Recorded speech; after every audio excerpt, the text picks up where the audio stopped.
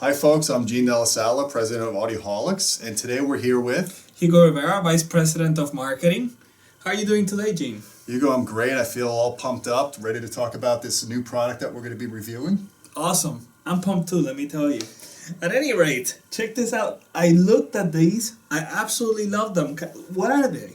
Well, these are the NHT Absolute Towers, and they're a beautiful new speaker from NHT. It's the first new design they've had in a while. We're kind of excited about it, Hugo. It's a very low profile, high wife acceptance factor, so your significant other's going to love a speaker that's literally 5 inches wide, 7 inches deep, 36 inches tall, like 3 feet.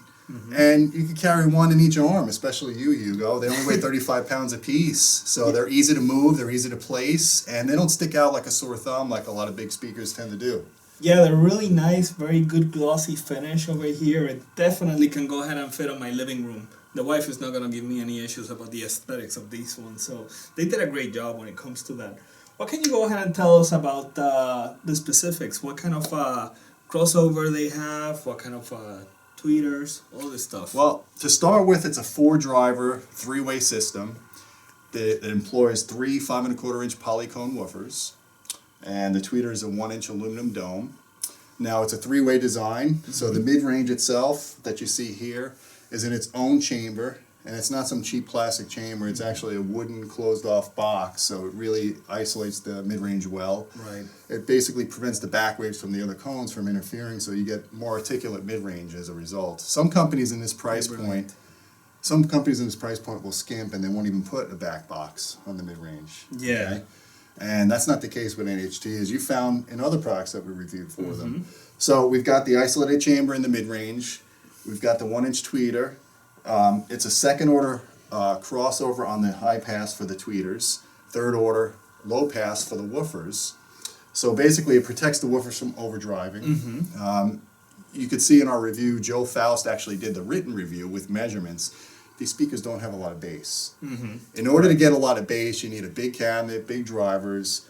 What NHT does, and I really am a big champion of this type of philosophy, is they made a speaker that basically does what a subwoofer won't do. Because a subwoofer will produce bass better than most speakers, let's face it. Yeah. So they bandwidth limited the speaker, so it really starts rolling off at 80 hertz, 12 dB per octave.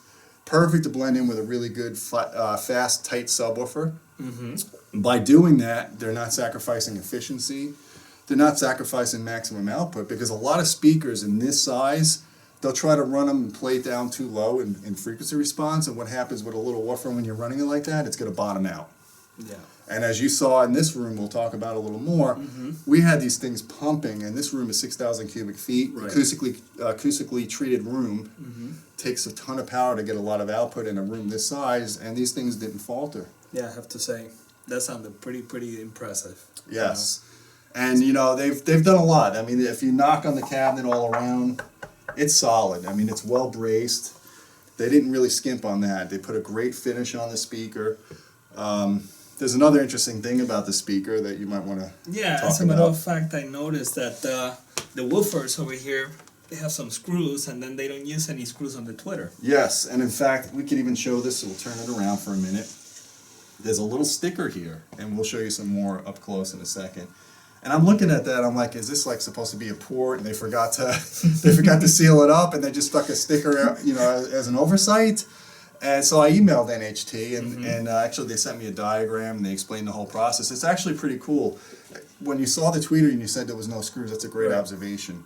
What NHT did was they wanted to get the tweeter as close to the mid-range as possible. That way they get the best phase coherency between the two drivers. That's very important to get good seamless integration of the drivers. So what they did was they employed what's called a neodymium motor structure on the tweeter. Now, a lot of companies that tend to use these neodymium drivers, they stick the little magnet on it, boom, they're done. Well, the problem with that is when these things heat up, the frequency response varies quite dramatically, because it just can't dissipate the heat.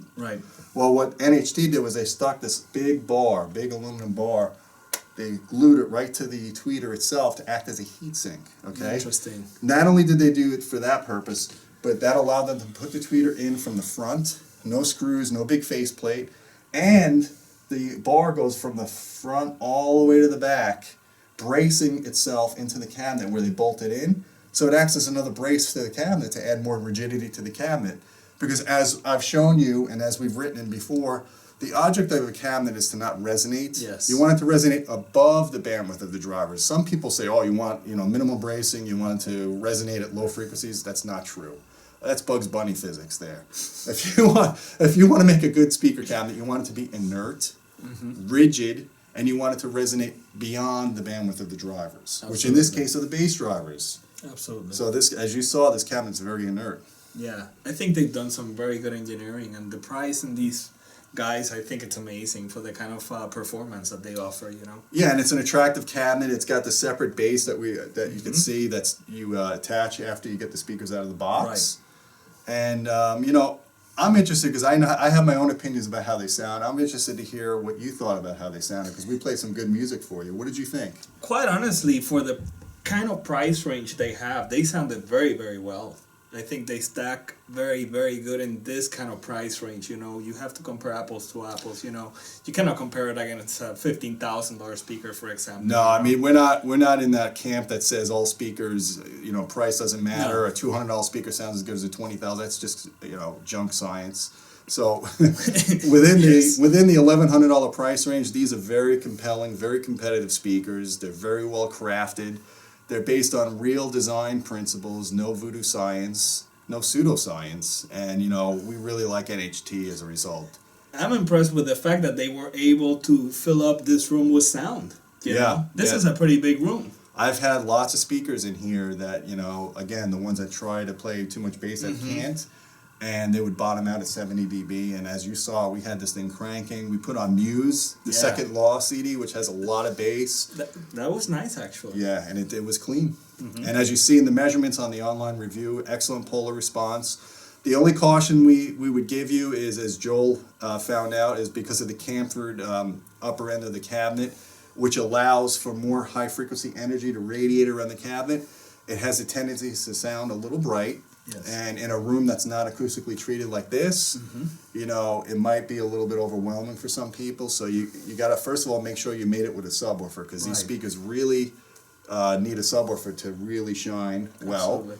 And if you're in a room that's very reflective, you definitely don't want to toe the speaker in too much. You want to, keep it more straight, spread them further apart, and you should be good to go. Yeah, absolutely. We definitely love these products over here from NHT, and this is the second product I think that we review, and their first products, which were the outdoor speakers, were awesome as well. Absolutely. So definitely kudos to the engineering team, doing a great job over there. Yeah, my recommendation is get a pair of these speakers, get 2 subs if you can, put them in close proximity of the front wall, and run stereo bass if you can. You really would love it. You're going to get full range sound. You're going to get real bass from the subs and great integration with these speakers. They blend very well with a good sub. And that's, the take of the day here today. Awesome. Great, Gene. So anything else that you want to add on these speakers? I think we said all there is to say. I think we encourage people to read our written review, check out the measurements.